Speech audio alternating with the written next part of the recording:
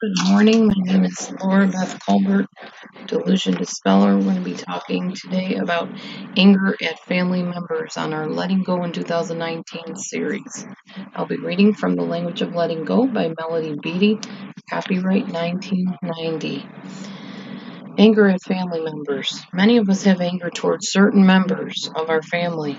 Some of us have much anger and rage, anger that seems to go on year after year. For many of us, anger was the only way to break an unhealthy bondage or connection between a family member and ourselves. It was the force that kept us from being held captive mentally, emotionally, and sometimes spiritually by certain family members.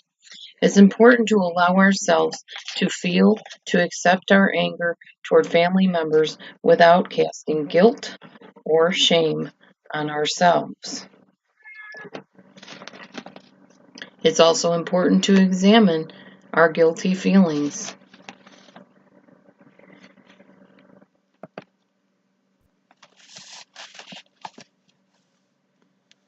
Concerning family members, as anger and guilt are often intertwined. We can accept, even thank our anger for protecting us. We can also set another goal, taking our freedom. Once we do, we will not need our anger. Once we do, we can achieve forgiveness. Think loving thoughts. Think healing thoughts toward family members, but let ourselves be as angry as we need to be. At some point, strive to be done with the anger, but we need to be gentle with ourselves if the feelings surface from time to time. Thank God for the feelings. Feel them, release them. Ask God to bless and care for our families. Ask God to help us take freedom and care of ourselves. Let the golden light of healing shine upon all we love and upon all with whom we feel anger. Let the golden light of healing shine on us. Trust that a healing is taking place now. Help me accept the potent emotions I may feel toward family members. Help me be grateful for the lesson they are teaching me. I accept God's light of healing that is now shining on me and my family.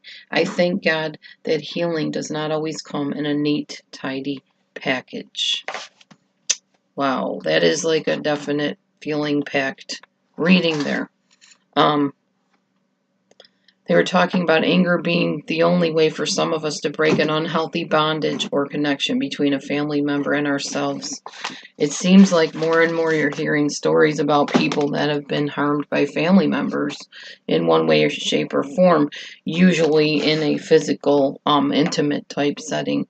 And in that time and situation, yes, anger is very appropriate. I've had people come to me and say, I just really hate him or I hate her for what they did to me. And you will never hear me say, oh, well, you shouldn't hate people. I get it that initially the feelings from being betrayed, from being violated, from being abused and molested and hurt in very bad ways are going to provoke anger and evoke angry responses. It makes total sense to me. I think God understands your emotion. I think he has decided long ago that emotion is part of human nature. In fact, Jesus, his own son, wept over things. He definitely had real human emotions, and there is no shame or blame when you're angry at somebody that has harmed you.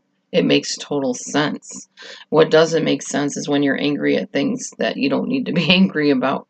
So if you're feeling angry today at a family member, don't beat yourself up over it.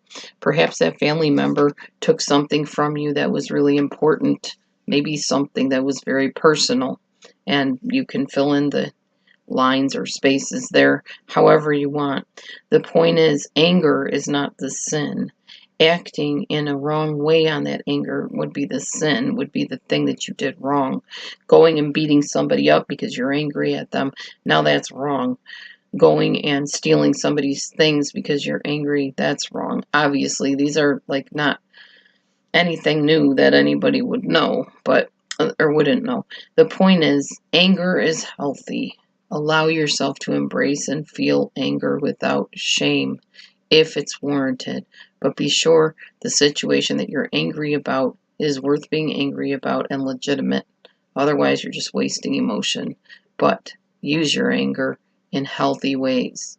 Use it to spur you on to greatness. Use it to come up with a new idea, a new plan. Use it to reach out to others that are also angry about things done to them. Don't shun anger. Embrace it. I hope this ministered or blessed or reached out to somebody in some way today, that it's okay to be angry. Be angry and sin not, is what the Bible says. So if you're feeling angry today and it's legit, stop beating yourself up. Allow the anger to come. Embrace it and use it to fuel you to better things. Thanks for watching, and we'll see you on the next Language of Letting Go reading for our series Letting Go in 2019. Thanks, and be blessed.